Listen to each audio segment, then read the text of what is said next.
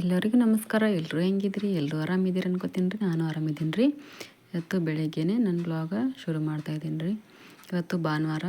ನಿನ್ನೆ ರಾತ್ರಿನೇ ಗ್ಯಾಸ್ ಒಲೆ ಎಲ್ಲ ತೊಳ್ಕೊಂಡು, ಕೌಂಟರ್ ಟಾಪ್ ಎಲ್ಲ ತೊಳ್ಕೊಂಡು, ಗ್ಯಾಸ್ ಒಲೆ ಮೇಲೆ ಒಂದು ಪುಟ್ಟದಾದ ರಂಗೋಲಿ ಹಾಕಿದ್ದೆ. ಈ ರಂಗೋಲಿ ಹಾಕಿರೋದು ಅಕ್ಕಿನ ನೆನೆಸಿ ಪೇಸ್ಟ್ ಮಾಡಿರೋದ್ರಿಂದ ಹಾಕಿದ್ದೀನಿ. ಅದಕ್ಕೋಸ್ಕರ ಇಷ್ಟೆಲ್ಲ ರಂಗೋಲಿ ಹಾಕಿದ್ದೀನಿ. ಯಾವುದೇ ಅದರಿಂದ ಸೈಡ್ ಎಫೆಕ್ಟು ಏನೂ ಆಗೋಲ್ಲ. ಈ ರಂಗೋಲಿ ಹಾಕಿದ್ರೆ ಒಂದೊಂದು ಸಲ ಅಡುಗೆ ಮಾಡಿರೋಂಥ ಸ್ಪೂನು ಇಲ್ಲಾಂದರೆ ಅಡುಗೆ ಮಾಡಿರೋಂಥ ಪಾತ್ರೆನ ಆ ಒಲೆ ಮೇಲೆ ಇಡ್ತೀವಿ. ಆ ಒಲೆ ಮೇಲೆ ಇಟ್ಟ ಮೇಲೆ ಆ ಸ್ಪೂನ ಒಂದೊಂದು ಸಲ ಅಡುಗೆ ಮಾಡಿರೋಂಥದ್ರಲ್ಲಿ ಎದ್ಬಿಡ್ತೀವಿ. ಅದರಿಂದ ನಮ್ಮ ಆರೋಗ್ಯ ಹಾಳಾಗೋವಂಥ ಚಾನ್ಸಸ್ ಇರುತ್ತೆ.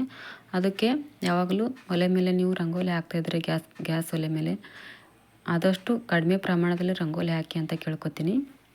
ಯಾಕಂದರೆ ಅದರಿಂದ ನಮಗೆ ಆರೋಗ್ಯ ಸಮಸ್ಯೆ ಆಗಬಾರ್ದು ಅಂತ. ಅಕ್ಕಿನ ನೆನೆಸ್ಬಿಟ್ಟು ಪೇಸ್ಟ್ ಮಾಡಿಕೊಂಡು ರಂಗೋಲಿ ಇಳಿಸೋದ್ರಿಂದ ಯಾವುದೇ ತೊಂದರೆನೂ ಆಗೋಲ್ಲ.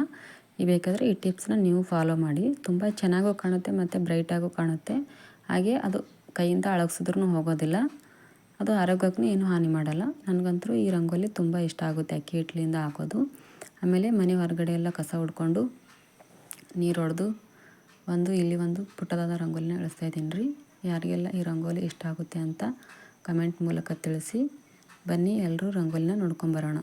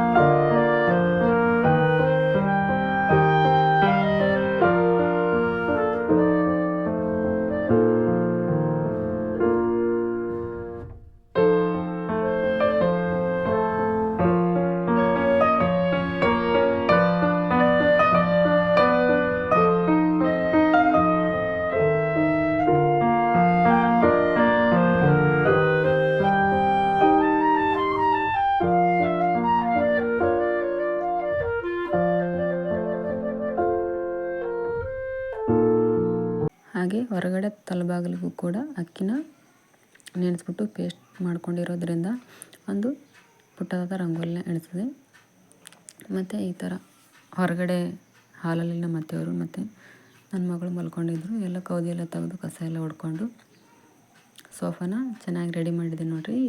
ಈ ಸೋಫಾ ಒಂದು 5 ನಿಮಿಷನೇ ಇರೋಲ್ಲ. ನನ್ನ ಮಕ್ಕಳಿಬ್ಬರು ಕಿತ್ತಾಡ್ಕೊಂಡು ಎಲ್ಲ ಚೆಲ್ಲಾಪಿಲ್ಲಿ ಮಾಡಿಬಿಡ್ತಾರೆ ರೀ. ಕವರ ಒಂದು 5 ನಿಮಿಷ ಮನೆ ನೀಟಾಗಿ ಇರೋಲ್ಲ. ಮಕ್ಕಳಿರೋ ಮನೆ ಅಂದರೆ ಹಾಗೆ ಅಲ್ರಿ. ಯಾರೆಲ್ಲ ನಿಮ್ಮ ಮನೆಯಲ್ಲಿ ಈ ಥರ ಮಕ್ಕಳು ಕಿತಾಪತಿ ಮಾಡ್ತಾರೆ ನೀವು ಕಮೆಂಟ್ ಮೂಲಕ ನನಗೆ ತಿಳಿಸಿ. ಹಾಗೆ ನನಗೋಸ್ಕರ ರಾಗಿ ಗಂಜಿ ಮಾಡಿಕೊಂಡೆ. ನಮ್ಮ ಅತ್ತೆಯವ್ರಿಗೆ ಕಾಫಿ ಮಾಡಿಕೊಟ್ಟೆ. ಇವತ್ತು ಮೂಲಂಗಿ ಪಲ್ಯ ಮತ್ತು ಅಮರೆಕಾಯಿ ಪಲ್ಯ ಮಾಡಿದ್ರೆ ಅಂತ ಮಾಡ್ತಾಯಿದ್ದೆ. ಇದು ಮೂಲಂಗಿನ ಸ್ವಲ್ಪ ಎಣ್ಣೆ ಹಾಕಿ ಗಡ್ಡೆನ ಮೊದಲು ಫ್ರೈ ಮಾಡ್ಕೊಂಡಿದ್ದೀನಿ. ಯಾಕಂದರೆ ಗಡ್ಡೆ ಜಾಸ್ತಿ ಜಲ್ದಿ ಫ್ರೈ ಆಗೋಲ್ಲ, ಅದಕ್ಕೋಸ್ಕರ ಗಡ್ಡೆನ ಸಪ್ರೇಟಾಗಿ ಕಟ್ ಮಾಡಿಕೊಂಡು ಅದನ್ನು ಫ್ರೈ ಮಾಡ್ಕೊಂಡಿದ್ದೀನಿ. ಆಮೇಲೆ ಸೊಪ್ಪು ಬೇಗ ಬೇಯುತ್ತಲ್ವ, ಅದಕ್ಕೋಸ್ಕರ ಸೊಪ್ಪನ್ನ ಸಪ್ರೇಟಾಗಿ ಎತ್ತಿ ಇಟ್ಕೊಂಡಿದ್ದೀನಿ. ನೀರಲ್ಲಿ ಕ್ಲೀನಾಗಿ ತೊಳ್ಕೊಂಡು ಒಂದು 2-3 ಸಲ ತೊಳ್ಕೊಳ್ಳಿ. ಯಾಕಂದರೆ ಉಸುಕು, ಮಣ್ಣು ಮತ್ತು ಏನಾದರೂ ಕೆಮಿಕಲ್ ಇದ್ದರೆ ಹೊರಟೋಗುತ್ತೆ ಅಂತ ಸೊಪ್ಪನ್ನ ತೊಳ್ಕೊಂಡು ಇಟ್ಕೊಂಡಿದ್ದೀನಿ. ಒಂದು ಬಾಣಲಿಲಿ ಅದೇ ಪಾತ್ರೆ, ಹುರಿದಿರೋ ಪಾತ್ರೆನೇ ತೊಗೊಂಡು ಇವಾಗ ಅದೇ ಪಾತ್ರೆಯಲ್ಲಿ ಒಗ್ಗರಣೆ ಮಾಡ್ತಾಯಿದ್ದೀನಿ. ಎಣ್ಣೆ ಕಾದಾದ್ಮೇಲೆ ಜೀರಿಗೆ, ಸಾಸಿವೆ ಚಿಟಪಟ ಆದಮೇಲೆ ಕರಿಬೇವು ಚಿಟಪಟ ಆದಮೇಲೆ ಬೆಳ್ಳುಳ್ಳಿ ಸ್ವಲ್ಪ ಫ್ರೈ ಆದಮೇಲೆ ಅದಕ್ಕೆ ಹಸಿಮೆಣ್ಸಿನ್ಕಾಯಿ ಖಾರ ಹಾಕ್ಬೇಕ್ರಿ. ಈ ಪಲ್ಯಕ್ಕೆ ಭಾರಿ ಟೇಸ್ಟ್ ಬರ್ತದೆ. ಮೂಲಂಗಿ ಪಲ್ಯಕ್ಕೆ ಬೇಕಾದರೆ ನೀವು ಒಂದ್ಸಲ ಟ್ರೈ ಮಾಡಿ ನೋಡಿರಿ. ಈ ಥರ ಹಸಿ ಖಾರನ ಹಸಿಮೆಣ್ಸಿನ್ಕಾಯಿ ಉಪ್ಪು ಹಾಕಿ ಮಿಕ್ಸಿಲಿ ರುಬ್ಕೊಂಡು ಇಟ್ಕೊಂಡಿದ್ದೆ ರೀ. ಅದೆಲ್ಲ ಹಾಕಿ ಫ್ರೈ ಮಾಡಿದ್ಮೇಲೆ ಖಾರ ಎಲ್ಲ ಫ್ರೈ ಆದಮೇಲೆ ಈಗ ಕಟ್ ಮಾಡಿ ಇಟ್ಕೊಂಡಿರುವಂಥ ಮೂಲಂಗಿ ಸೊಪ್ಪನ್ನ ಹಾಕೋತಾ ಇದ್ದೀನಿ. ಯಾಕೆಂದರೆ ಗಡ್ಡೆನ ಮೊದಲೇ ಫ್ರೈ ಮಾಡಿ ಇಟ್ಕೊಂಡಿದ್ದೀವಲ್ಲ, ಗಡ್ಡೆನ ಆಮೇಲೆ ಹಾಕ್ಕೊಂಡ್ರೆ ನಡೆಯುತ್ತೆ ಅಂತ ಆಮೇಲೆ ಹಾಕ್ಕೊಳಕತ್ತೀನಿ ರೀ. ನೋಡಿರಿ, ಈಗ ಸ್ವಲ್ಪ ಸೊಪ್ಪನ್ನ ಫ್ರೈ ಮಾಡ್ಕೊಳಕತ್ತೀನಿ. ಅದು ಫ್ರೈ ಆಗೋಕ್ಕೆ ಅದನ್ನೆಲ್ಲ ಚಮಚಲ್ಲೇ ತಿರುಗಿಬಿಟ್ಟು ಫ್ರೈ ಆಗೋಕ್ಕೋಸ್ಕರ ಒಂದು ಪ್ಲೇಟ್ ಮುಚ್ಚಿಟ್ಟೀನಿ ರೀ. ನೋಡಿರಿ, ಒಂದು ಪ್ಲೇಟ್ ಮುಚ್ಚಿದ್ಮೇಲೆ ನೀರಿನ ಅಂಶ ಎಲ್ಲ ಬಿಟ್ಕೊಂಡು ಎಷ್ಟು ಚೆಂದ ಫ್ರೈ ಆಗಿರ್ತದೆ ಪಲ್ಯ. ಅದು ಸ್ವಲ್ಪ ಫ್ರೈ ಆದಮೇಲೆ ಇನ್ನೊಂದ್ಸಲ ಸ್ಪೂನಿಂದ ನೀಟಾಗಿ ಕಲಿಸ್ಕೊಂಡ್ಮೇಲೆ ನಿಮಗೆ ನೀರು ಬೇಕಾದರೆ, ಸ್ವಲ್ಪ ಸ್ಮೂತ್ ಪಲ್ಯ ಬೇಕಾದರೆ ನೀರನ್ನ ಎಷ್ಟು ಬೇಕೋ ಅಷ್ಟು ಅಳತೆ ಪ್ರಮಾಣದಲ್ಲಿ ನೀರನ್ನ ಹಾಕ್ಕೊಳ್ರಿ. ನಮಗೊಂದು ಸ್ವಲ್ಪ ಮೆತ್ತಗೆ ಬೇಕು ರೀ, ಅದಕ್ಕೋಸ್ಕರ ಸ್ವಲ್ಪ ನೀರು ಹಾಕಿ ಕುದಿಸೋಕೆ ರೀ. ಇದು ಕುದ್ಮೇಲೆ ಪ್ಲೇಟ್ ಮುಚ್ಚಿಟ್ಮೇಲೆ ಸ್ವಲ್ಪ ಕುದೀತದ್ರಿ. ಕುದ್ಮೇಲೆ ನಾವು ಲಾಸ್ಟಿಗೆ ಶೇಂಗಿನ ಪುಡಿ ಹಾಕ್ತೀವಿ ರೀ. ನಮ್ಮ ಕಡೆ ಅಂತೂ ಶೇಂಗಿನ ಪುಡಿ ಇಲ್ಲಾರ್ದೆ ಪಲ್ಯನೇ ಇಲ್ಲ ರೀ. ಉತ್ತರ ಕರ್ನಾಟಕ ಕಡೆ ಶೇಂಗಿನ ಪುಡಿನೇ ನಮಗೆ ಮೇನ್ ರೀ ಪಲ್ಯಕ್ಕೆ. ನೋಡಿ, ಶೇಂಗಿನ ಪುಡಿ ಹಾಕಿ ಇನ್ನೊಂದು ಸಲ ಸ್ಪೂನಿಂದ ನೀಟಾಗಿ ಕಲಿಸ್ಕೊಂಡ್ಮೇಲೆ ಎಲ್ಲ ಕಡೆನೂ ಶೇಂಗಿನ ಪುಡಿ ಪಲ್ಯಕ್ಕೆ ಎಲ್ಲ ಕಡೆನೂ ಹತ್ಕೋಬೇಕು ರೀ.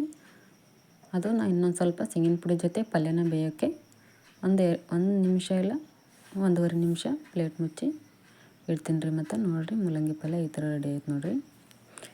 ಮತ್ತು ಯಾರೆಲ್ಲ ನನ್ನ ವೀಡಿಯೋನ ನೋಡ್ತಾ ಇದ್ದೀರಾ, ಪ್ಲೀಸ್ ನನ್ನ ಚಾನಲ್ನ ಸಬ್ಸ್ಕ್ರೈಬ್ ಮಾಡಿ ಮತ್ತು ಒಂದೇ ಒಂದು ಲೈಕ್ ಕೊಡಿ. ನಾನು ವೀಡಿಯೋದಲ್ಲಿ ಇನ್ನೂ ಏನೇನು ಮಾಡಬೇಕು, ನಿಮ್ಗೆ ಇಷ್ಟ ಆದಂಥ ಏನಾದರೂ ರೆಸಿಪಿಗಳಿದ್ದರೆ ಪ್ಲೀಸ್ ಕಮೆಂಟ್ ಮೂಲಕ ಕೇಳಿ. ಯಾವುದಾದ್ರೂ ರೆಸಿಪಿ ನನಗೆ ಗೊತ್ತಿದ್ದರೆ ನಿಮ್ಮ ಜೊತೆ ಶೇರ್ ಮಾಡ್ಕೊಳ್ಳೋಕ್ಕೆ ಇಷ್ಟಪಡ್ತೀನಿ ರೀ.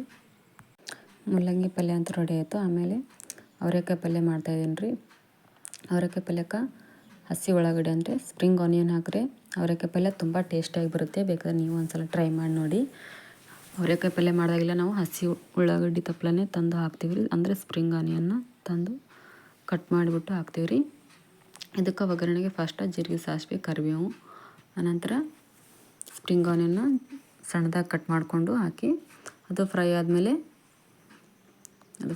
ಸ್ವಲ್ಪ ಅದಕ್ಕೆ ಉಪ್ಪು, ಸ್ವಲ್ಪ ಅರಿಶಿಣ, ಆಮೇಲೆ ರುಬ್ಬಿರುವಂಥ ಹಸಿಮೆಣ್ಸಿನ್ಕಾಯಿ ಪೇಸ್ಟು ಹಾಕಿ ಮಿಕ್ಸ್ ಮಾಡಿ, ಆಮೇಲೆ ಈರುಳ್ಳೆಲ್ಲ ಸ್ವಲ್ಪ ಫ್ರೈ ಆದಮೇಲೆ ಕಟ್ ಮಾಡಿರುವಂಥ ಅವರೆಕಾಯಿನ ಹಾಕಿ ಅದು ಹಾಕಿದ್ಮೇಲೆ ನಿಮಗೆ ಬೇಕಾದಷ್ಟು ಅಳತೆ ಪ್ರಮಾಣದಲ್ಲಿ ನೀರು ಹಾಕಿ ಅದು ಕುದ್ಮೇಲೆ ನೀರು ಹಾಕಿದ್ಮೇಲೆ ಅವರೆಕಾಯಿ ಪಲ್ಯ ಕುದ್ಮೇಲೆ ನೀವು ಶೇಂಗಿನ ಪುಡಿ ಹಾಕಿ ಅದು ಪ್ಲೇಟ್ ಮುಚ್ಚಿಡ್ರಿ. ಆಮೇಲೆ ಈ ಕಡೆ ನೋಡಿರಿ, ಹಾಗಲಕಾಯಿ ಇದ್ದು ರೀ. ಹಾಗಲಕಾಯಿನ ರೊಟ್ಟಿ ಜೊತೆ ಸೈಡಿಗೆ ತಿನ್ನೋಕೆ ಟೇಸ್ಟ್ ಆಗ್ತಾವ ಅಂತೇಳಿ ಹುರ್ಕೊಂಡು ಇಟ್ಕೊಂಡೀನಿ ರೀ. ನನ್ನ ಮಗ ನೋಡಿರಿ ವಿಡಿಯೋ ಮಾಡೋ ಮತ್ತಿಗೆ ನನ್ನ ಫೋನ್ ಕಸ್ಕೊಳಕ್ಕೆ ಬರಕತ್ತಾನ ರೀ. ನಮ್ಮ ಮಳೆಯವರು ಊಟ ಮಾಡಕತ್ತಾರ ನೋಡಿರಿ. ಮುಂಜಾನೆ ಎಳ್ಸಿದ ರಂಗೋಲಿ ಎಷ್ಟು ಬ್ರೈಟಾಗಿ ಕಾಣಕತ್ತದ. ಈಗ ಆ ಕಡೆ ನನ್ನ ಮಗನಿಗೆ ರೊಟ್ಟಿ ಮಾಡಿ ಬಂದೆ ರೀ. ರೊಟ್ಟಿ ಮಾಡಿದ್ಮೇಲೆ ಆ ಕಡೆ ಸಣ್ಣದೊಂದು ಒಲಿ ರೊಟ್ಟಿ ಮಾಡೋಕೆ ರೂಮ್ ಮಾಡಿವಲ್ಲ ರೀ, ಅಲ್ಲಿ ನನ್ನ ಮಗನಿಗೋಸ್ಕರ ಸ್ವಲ್ಪ ಮೆತ್ತಗೆ ಅನ್ನ ಮಾಡೋಕೆ ಅಕ್ಕಿನ ನೆನೆ ಹಾಕಿ ತೊಗೊಂಡು ಹೊಂಟೀನಿ ರೀ. ಈ ಒಲೆ ಮೇಲೆ ಅನ್ನ ಮಾಡಿದ್ರೆ ಭಾರಿ ಟೇಸ್ಟ್ ಆಗ್ತದೆ ರೀ. ನನ್ನ ಮಗನಿಗೆ ಇದ್ರ ಮೇಲೆ ಅಡುಗೆ ಮಾಡಿದ್ನ ಊಟ ಮಾಡಿಸ್ತೀನಿ ರೀ ಒಲೆ ಮೇಲೆ. ನೋಡಿರಿ, ಇಷ್ಟೇ ಸಾಕ್ರಿ. ಈ ಬೆಂಕಿ ಮೇಲೆ ಆರಾಮಾಗಿ ಅರ್ಧ ಗ್ಲಾಸ್ ಅಕ್ಕಿ ಅನ್ನ ಕುದೀತಿದ್ರಿ. ಭಾರಿ ಸ್ಮೂತಾಗಿ ಆಗ್ತದ್ರಿ ಅನ್ನ. ರೊಟ್ಟಿ ಮಾಡಿದ್ಮೇಲೆ ಅನ್ನಕ್ಕಿಟ್ಟು ನನ್ನ ಮಗಳಿಗೆ ಊಟ ಕೊಟ್ಟೆ ರೀ. ಊಟ ಮಾಡಕತ್ತಾಳ್ರಿ. ನನ್ನ ಮಗ ಇದ್ರೆ ರೊಟ್ಟಿ ಕಸ್ಕೋದು, ಮೊಸರು ಚೆಲ್ಲೋದು ಮಾಡ್ತಾನೆ ರೀ. ಬರೀ ಇದೇ ಕೆಲಸ ಮಾಡ್ತಾನೆ ರೀ. ನೋಡಿರಿ, ವೀಡಿಯೋ ಮಾಡೋಟಿಗೆ ನೋಡಿರಿ ಫೋನ್ ಕಸ್ಕೊಳಕ್ಕೆ ಎಷ್ಟು ಹೊಡಿ ಬರ್ತಾನೆ ನೋಡಿರಿ. ನೋಡಿರಿ ಅಕ್ಕನ ಬಗಲಾಗ ಎಷ್ಟು ಚಂದ ಕೂತ ನೋಡ್ರಿ, ಏನು ಶಿಸ್ತು ಊಟ ಮಾಡೋರಂಗೆ ಕುಂತಾನೆ ರೀ. ಊಟ ಅಂತೂ ಅಂತತ್ ಮಾಡಲ್ರಿ, ಬರೀ ಕಿತಾಪತಿ ಕೆಲಸನೇ ಮಾಡ್ತಾನೆ ರೀ. ಮಗಳಿಗೆ ಊಟ ಕೊಟ್ಮೇಲೆ ನಾನು ಉಂಡ್ರೈತೆ ಅಂತೇಳಿ ಎಲ್ಲನೂ ಪ್ಲೇಟಿಗೆ ಹತ್ಕೊಂಡೀನಿ ರೀ. ನೋಡಿರಿ ಹಾಗಲಕಾಯಿ ಹುರಿದಿರೋದು ರೀ, ಮೂಲಂಗಿ ಪಲ್ಯ ಮತ್ತು ಆಮ್ರೆಕಾಯಿ ಪಲ್ಯ ಮತ್ತು ರೊಟ್ಟಿ ಮೊಸರು ಊಟ ಮಾಡೋದು ಬರ್ರಿ ಎಲ್ಲರೂ.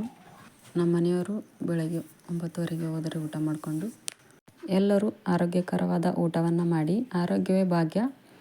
ಆರೋಗ್ಯವಾಗಿದ್ದರೆ ನಾವು ಏನಾದರೂ ಮಾಡ್ಬೋದು, ಇಲ್ಲಾಂದರೆ ಏನೂ ಮಾಡೋಕ್ಕಾಗಲ್ಲ. ನೋಡಿ ನನ್ನ ಮಗನಿಗೋಸ್ಕರ ರೊಟ್ಟಿ ಮಾಡಿದ್ದು ಒಲೆ ಮೇಲೆ ಬೆಂಕಿ ಮೇಲೆ ಅನ್ನ ಇಟ್ಟಿದ್ನಲ್ಲ ರೀ, ಅದನ್ನ ಅನ್ನ ರೆಡಿ ಆಯಿತು.